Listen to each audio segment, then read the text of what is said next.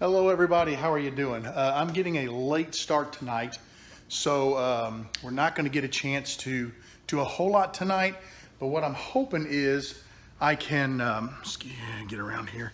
I'm hoping what I can do is get all of my blanks together that need to be epoxied because I drilled a bunch out last night and there are a bunch more that need epoxy that don't need to be drilled out. So I'm hoping to take a few minutes here and to get all of my blanks together, mix up some epoxy, get everything epoxied up, and that way it can dry overnight. And if I get back out here tomorrow night, which I think tomorrow is grass cutting night, pray that it rains.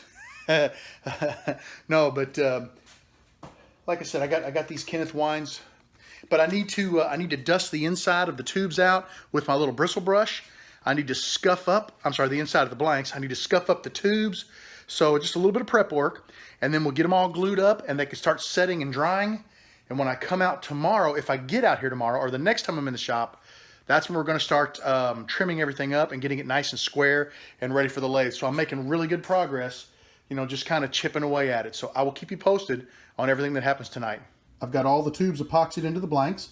Give you guys a little tip. When I mix these up, I started out with about a quarter size dollop of both the hardener and the resin, and it's about 5 minutes set.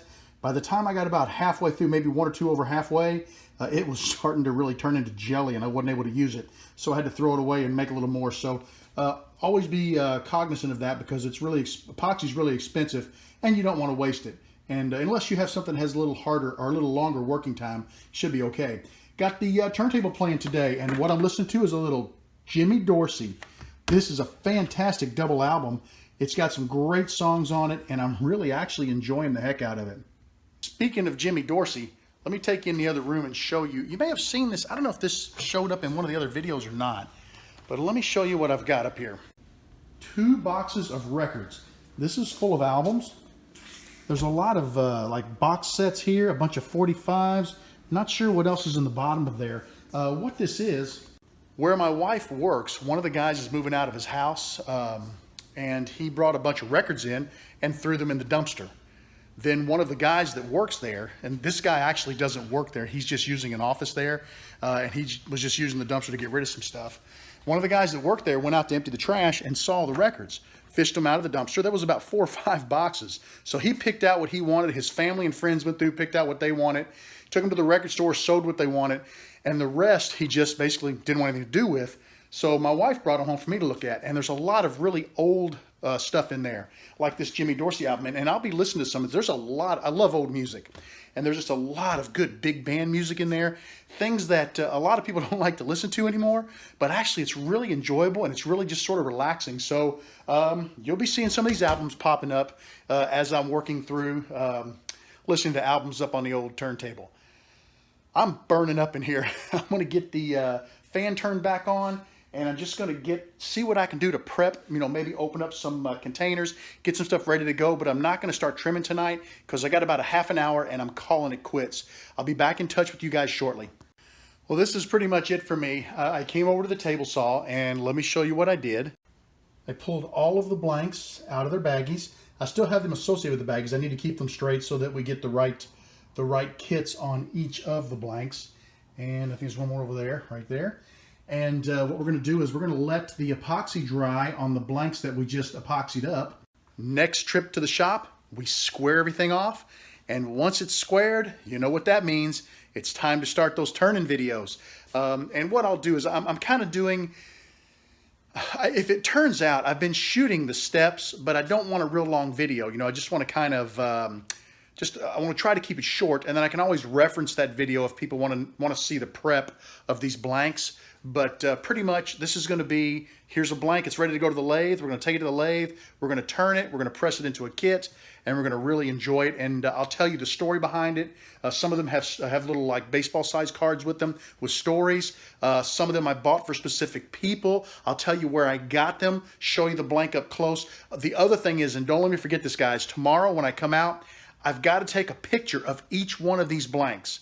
And I need to do that because I want to have, like in the video, I want to have a picture of the blank, before it was turned, and then a blank of the turned pin on the splash screen. That way you can kind of see what it looked like and what it became. I think that'd be kind of neat. So, and I still haven't figured out how to do the honey dipper and this blank, because I just don't want that ugly grommet, that gold or brass grommet showing through. I just think that'll detract from the beauty of the blank. So I haven't figured that one out yet. So bear with me, guys. That one needs to be figured out. I need a 3/8 inch bolt action for this fish hook blank that I'm excited about. I just got to get one. I need a 3/8 inch blank for, or 3/8 inch kit for this blank, because I found out it was not 27/64. So I just, I got to get a couple things, and I hate to place an order just for 2 things, because they'll charge me like $8 or $9 to ship it. So I'm kind of in a holding pattern on that, trying to figure out exactly what to do. I do have some older kits I need to go through, but I know I don't have any bolts. And if I have a 3/8, I'm afraid it's going to require a second tube. It's probably going to be a 2-tube pin. So I don't know what we're going to do right now. We're just gonna hold on and see, and we'll probably have to come back and do like a phase 2 of these blanks. And once they're all done, it'll take a while to turn them all. We'll probably do a phase 2 and throw in some other blanks that I've received over time. But I want to get back to the metal lathe. A lot of stuff's been happening on this that I need to work on, and I've got several incredible ideas, or I think they're incredible, from the show. For blank making and for a jig, and just for some tricks you can do to make some customized pins. So that's something I want to get to as well after I get done with this. Is I got what I think is a cool idea to be able to take a standard pin kit and customize it. So will it work? I don't know, but it was just an idea that hit me at the show, and I'd like to try it for you guys. So for now, that's it for me. Thanks for hanging out for me. This was just a short trip to the shop, but we made great progress. We got those blanks ready to go, and next time we're out here, it's going to be serious about getting this stuff final prepped, and we'll be on the lathe. Take care, have a great evening, and I'll see you again real soon.